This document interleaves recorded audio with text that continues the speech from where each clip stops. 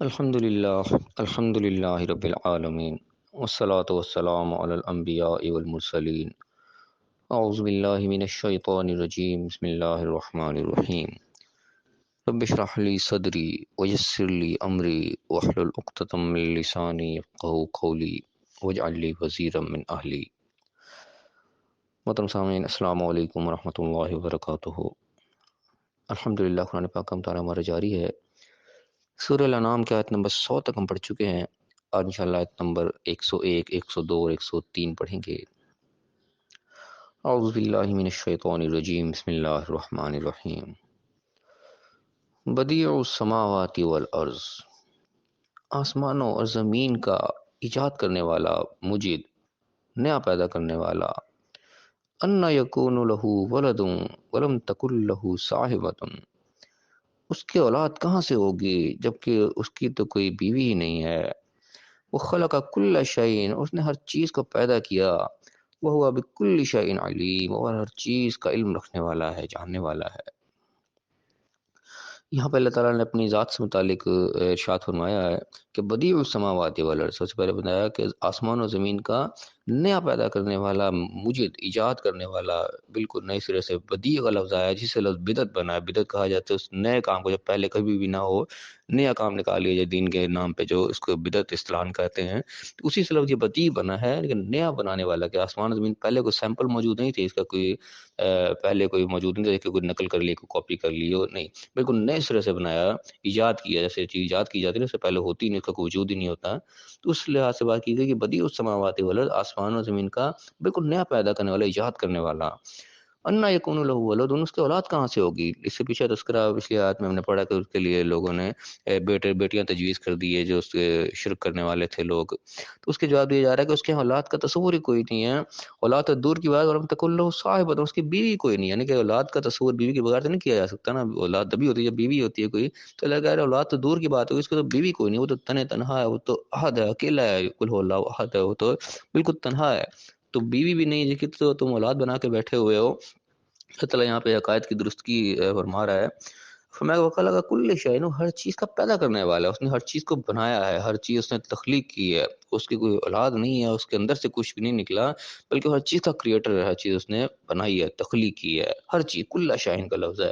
وہ بِكُلِّ شَيْءٍ عَلِيمٌ، ہر چیز کا علم رکھنے والا ہے، یعنی ہر چیز کے علم کے اندر ہے، ہر چیز کو وہ جانتا ہے، ہر چیز کا وہ پیدا کرنے والا ہے۔ جو انسان نے اپنے پاس سے عقائد گھڑ لیے کہ اس کی اولاد ہے اور اس طرح ہے اور اس طرح ہے، وہ ہر چیز کی اللہ تعالیٰ نے نفی کر دیا، ایسا کچھ بھی نہیں ہے۔ پھر فرمایا ذالکم اللہ ربکم، یہی تو ہے اللہ تمہارا رب۔ اللہ تعالیٰ اپنا تعارف یہاں پہ نہیں کروا رہے کہ ہر چیز کا پیدا کرنے والا وہ ہے۔ تم اسے کس چکر میں پہچاننا شروع ہو گئے ہو؟ جو تم اس کے بارے میں کلیم کر رہے ہو، وہ ان چیزوں سے بدیع، بالکل بالاتر ہے، وہ پاک ہے ان چیزوں سے۔ وہ تو ہر چیز کا پیدا کرنے والا ہے، وہ کسی کے ساتھ اس کی رشتہ داری والا کوئی معاملہ نہیں ہے۔ فرمایا کہ لا الہ الا ہوا، اس کے سوا کوئی الہ نہیں ہے۔ یہ ان کے یاد رکھنے والی بات ہے کہ اللہ کے سوا کسی کو الہ تسلیم نہیں کرنا، یہ بالکل اللہ تعالیٰ نے کلیئر کٹ مختلف انداز میں بتایا۔ اور الہ کا مفہوم ہم ضرور ذہن میں رکھیں۔ الہ کو یعنی کہ عام طور پر جو اس کا مفہوم بتایا جاتا ہے، معبود اس کا معنی کیا جاتا ہے۔ معبود کا لفظ نکلتا ہے عبادت سے، یعنی کہ وہ ہستی جس کی عبادت کی جائے، اور عبادت کے معنی ہوتے ہیں، عبادت لکھ رہا عبد سے، عبد کا معنی غلام، عبادت کا معنی غلامی، یعنی کہ ہر وہ ہستی، ہر وہ شخص جس کے ہم نے غلامی اختیار کر لی، جس کے ہم غلام بن گئے، کہ وہ جو حکم دے رہا ہے ہم وہ کرتے چلے جا رہے ہیں۔ غلام کا کنسیپٹ ہم ذہن میں رکھیں، غلام کیا ہوتا ہے؟ غلام وہی ہوتا ہے کہ جو اس کا آقا حکم دے رہا ہے وہ اس کو اس طرح اوبے کر رہا ہے، اس کو مانتا چلا جا رہا ہے، نہ کرنے کی اس کے اندر گنجائش نہیں ہوتی۔ تو کوئی بھی وہ ہستی جس کو ہم نے یہ درجہ دے دیا کہ وہ اس نے جو حکم دیا ہے ہم نے اس کو اوبے کرنا ہے، بغیر کسی چونو چرا کے، بغیر دیکھے والے کہ اس کا کیا سمجھیے کہ کیا اس کا لباب ہے، کیا اس کا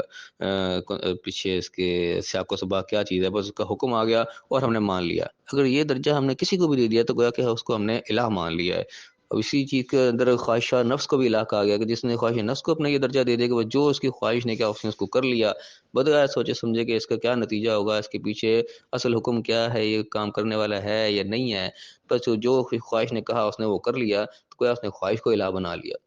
تو الہ کی یہاں پہ نفی کی جا رہی ہے کہ اللہ کے سوا کوئی الہ نہیں ہونا چاہیے، اللہ کی ہی صرف یہ خصوصیت ہونی چاہیے ہماری زندگی میں کہ جو حکم اللہ کا سامنے آ گیا اس کے سامنے کوئی چونا چرا نہیں، وہ ہم نے بہر صورت اوبے کرنا ہے، اس کا حکم کو ماننا ہے، یہ درجہ صرف اور صرف اللہ کا ہونا چاہیے، لا الہ الا ہوا، اللہ اللہ کے سوا کوئی الہ نہیں ہونا چاہیے ہماری زندگی کے اندر۔ تو یہاں بھی اس چیز کو ہمیں دوبارہ یاد رکھنا چاہیے اس چیز کو کہ الہ ہم نے اللہ کے سوا کسی کو بھی نہیں بنانا، کسی کو ہم نے یہ درجہ نہیں دینا کہ اس کا حکم آیا بس ہم نے آنکھیں بند کر کے مان لیا۔ ہر ایک کا حکم جو ہے وہ اللہ کے حکم کے انڈر مانا جائے گا، کسی کا بھی حکم ہو، چاہے وہ ماں باپ ہوں، چاہے کوئی بڑے سے بڑا بزرگ ہے، کوئی بھی ہے، اس کے حکم سے پہلے یہ دیکھا جائے گا کہ جو مجھے حکم دے رہا ہے یہ اللہ کے حکم کے خلاف تو نہیں ہے، چاہے ہماری خواہش ہے کچھ بھی ہے۔ اگر ہم نے یہ چیز چھوڑ دیا کہ اللہ کے حکم کو دیکھنا چھوڑ دیا، بس اس کا حکم اگر ہم نے مان لیا تو گویا کہ ہم نے اسی کو الہ بنا لیا۔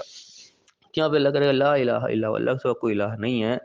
خالق کل شیء، ہر چیز کا پیدا کرنے والا وہ ہے، فاعبدوہ، تو پھر عبادت اس کی کرو، یعنی کہ معبود اس کو ہونا چاہیے، اللہ کو تمہارا الہ ہونا چاہیے، غلامی اس کی تم نے کرنی ہے۔ اللہ تعالیٰ نے حکم دے کے بھی یہاں پہ کہہ دیا فاعبدوہ، اس کی غلامی کرو، کسی اور کی غلامی تمہاری زندگی میں نہیں ہونی چاہیے، ہر ایک کی غلامی اس کی غلامی کے انڈر ہونی چاہیے، جس کا بھی حکم مانیں گے وہ اللہ کے حکم کے تحت مانیں گے، اس کو دیکھیں گے جس معاملے کے اندر اللہ کا پہلے کیا حکم ہے، اس کی کوئی خلاف ورزی تو نہیں ہو رہی، اس کی خلاف ورزی نہیں ہو رہی تو پھر حکم مانا جائے گا، اگر اس کی حکم اللہ کی خلاف ورزی کہیں ہوگی حکم کی تو بھی اس کا حکم نہیں مانا جائے گا، کیونکہ الہ صرف ایک اللہ ہی ہے، اس کے علاوہ کوئی الہ نہیں ہے۔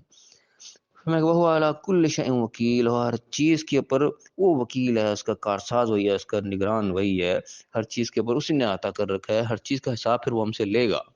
ابھی ہم کام کریں گے اس کا ہمیں اللہ کے سامنے جواب ضرور دینا پڑے گا، اس چیز کا ہمیں احساس ہر وقت زندہ رہنا چاہیے۔ پھر اگر فرمایا گا لا تدرک الابصار، اس کو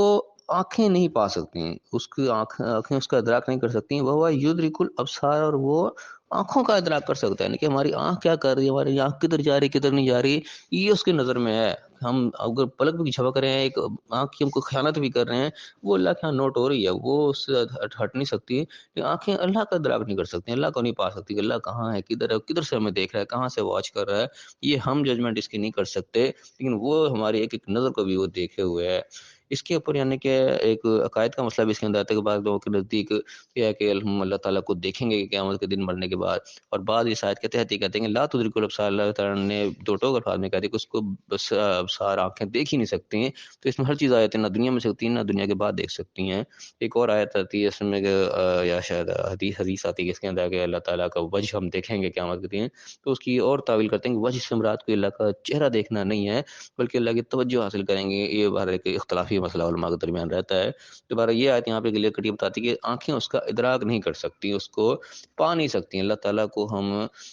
گویا کہ اس کا ادراک نہیں کر سکتے کہ اللہ تعالیٰ کہاں ہے، کیا ہے، کیسا ہے، جو کہ اللہ نے کہا کہ وہ آنکھوں کا ادراک کر لے گا، ہماری آنکھ جو بھی کرے گی وہ اللہ کی نظر میں ہوگا۔ تو فی الحال وہ بحث غلط ہے، اللہ کا ہم دیکھیں گے نہیں دیکھیں گے اس میں ہمیں پڑھنے کی ضرورت نہیں ہے، جو ہمارا سبق ہمیں ملتا ہے وہ ذہن میں رکھنا چاہیے کہ ظاہر ہے کہ اللہ تعالیٰ کو ہم تو نہیں کم اس دنیا میں تو نہیں دیکھ سکتے، کیا ہم کو دیکھیں یا نہ دیکھیں وہ بات کا مسئلہ ہے، فی الحال تو ہم اس دنیا میں ہم نے اس دنیا کو اپنا سنوارنا ہے۔ تو یہاں پہ اللہ تعالیٰ بتایا کہ دنیا میں ہم اللہ کا ادراک تو ہرگز نہیں کر سکتے، تو بڑی اچھی طرح جانتے ہیں، موسیٰ علیہ السلام کا واقعہ اس میں خاص طور پہ بڑا مشہور ہے کہ جب دیکھنے کی اللہ کو خواہش کی، اللہ نے کہا نہیں دیکھ سکتے، کہ واقعہ پورا قرآن میں تذکرہ ہوا ہے،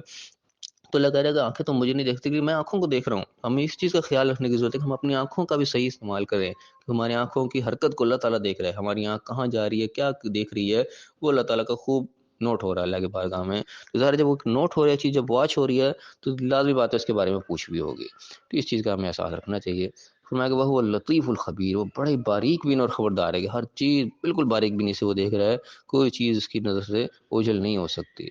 تو بہرحال ہمارے لیے یاد رکھنے کی بات ہے کہ ہماری ایک ایک نقل و حرکت جو اللہ کے ہاں نوٹ ہو رہی ہے، اس سے زیادہ باریک کیا چیز ہو سکتی ہے کہ ان سے آنکھ کو ادھر سے ادھر کیا وہ بھی نوٹ ہو گئی، اس سے زیادہ باریک اور کوئی چیز ہو نہیں سکتی، تو وہ بھی اللہ کے ہاں نوٹ ہو رہی ہے، خبر اللہ تعالیٰ کو پہنچ رہی ہے، اس کی بالکل ہر چیز نوٹ ہو ہی چلی جا رہی ہے۔ تو اللہ تعالیٰ ہمیں صحیح سمجھنے کی توفیق عطا فرمائے، ایک ایک قدم ہم اس احساس کے ساتھ اٹھائیں دنیا میں کہ ہمارے اس قدم کا ایک ایک حرکت کا ہم نے جواب دینا ہے، تب اس احساس کے ساتھ جئیں گے تو انشاءاللہ بھی اللہ کی نافرمانی ہم نہیں کریں گے۔ اللہ تعالیٰ ہم ہر قسم کی نافرمانی سے محفوظ فرمائے، جو موقع ایک مہلت اللہ نے ہمیں دی ہے اس کو اسی کے احکام کے مطابق ہمیں گزارنے کی توفیق عطا فرمائے، اور دنیا اور آخرت دونوں جگہ کامیاب فرمائے، آمین۔ وآخر دعوانا ان الحمد للہ رب العالمین۔